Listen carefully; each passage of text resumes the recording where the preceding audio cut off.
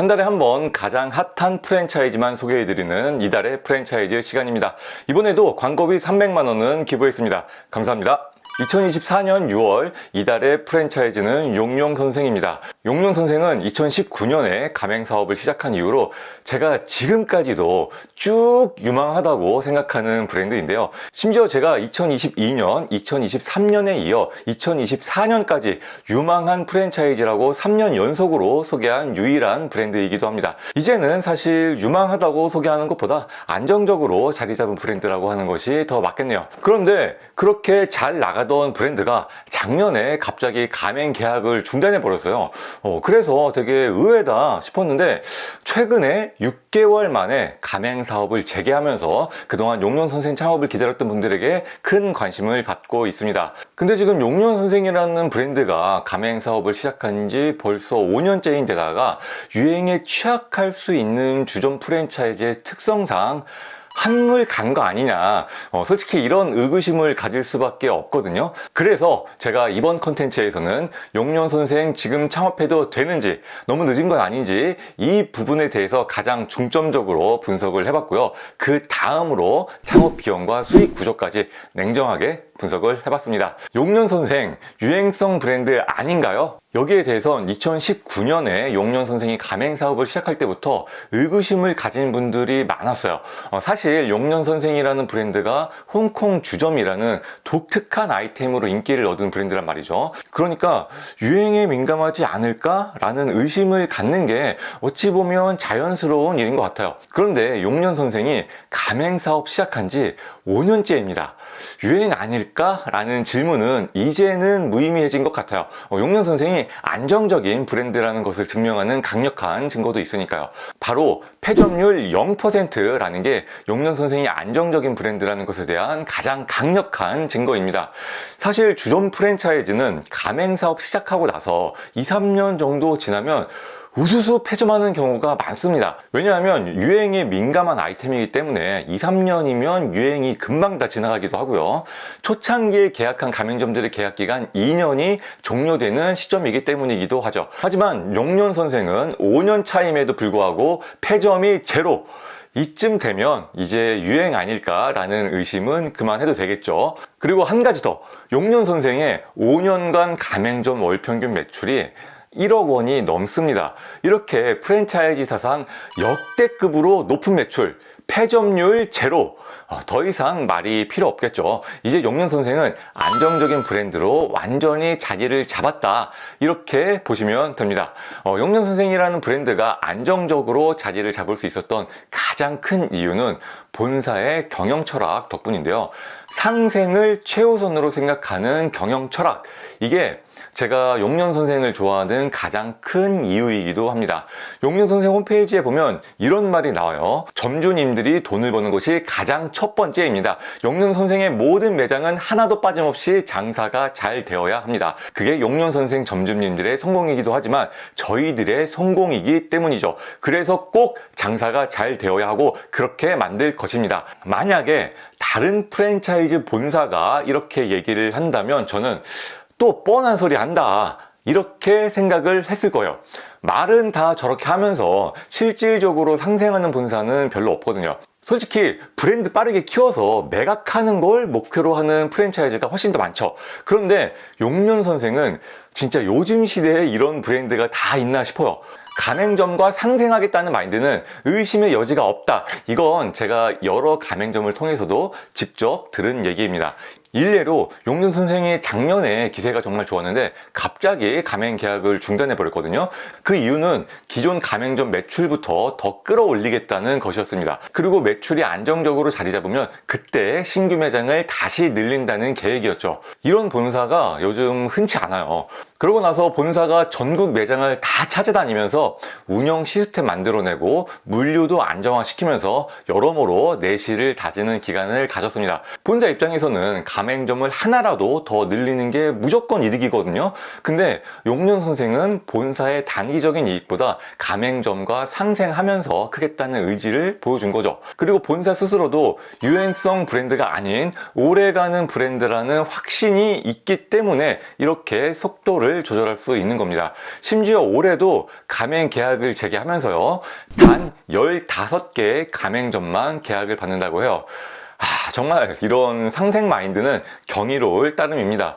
그 다음으로 용년 선생이 안정적으로 자리 잡을 수 있었던 두 번째 이유는 바로 마케팅 능력을 들 수가 있는데요. 트렌디한 신메뉴를 출시하고 신메뉴를 통한 SNS 마케팅, 그리고 마케팅을 통한 매출 상승, 이렇게 마케팅을 주기적으로 활용하면서 가맹점의 매출을 끌어올리고 있는데요. 예를 들어 이 메뉴가 최근에 출시한 사천 곱짜장이거든요. 딱 봐도 비주얼이 화려하고 눈길이 확 가잖아요.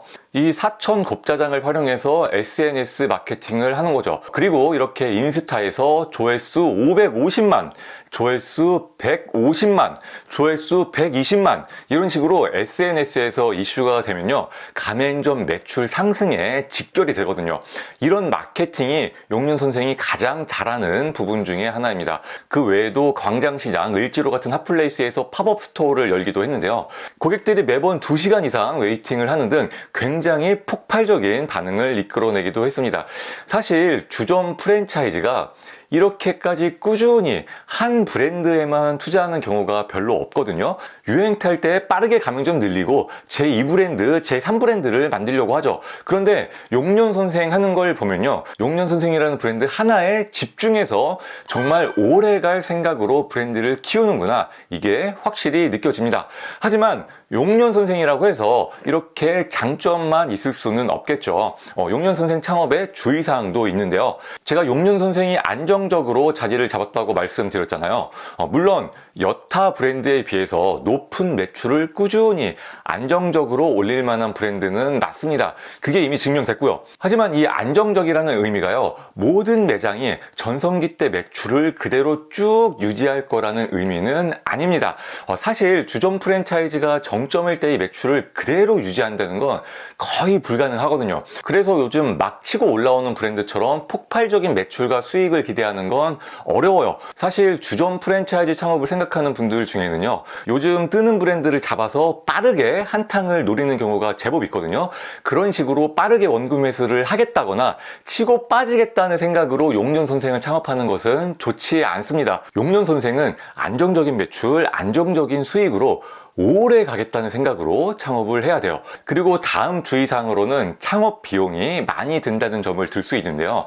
주점 프랜차이즈 중에 굉장히 비싼 수준의 창업 비용이 든다고 보시면 될 것 같아요.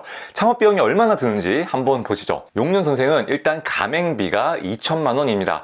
교육비는 1,000만 원이에요. 가맹비 플러스 교육비가 3천만 원.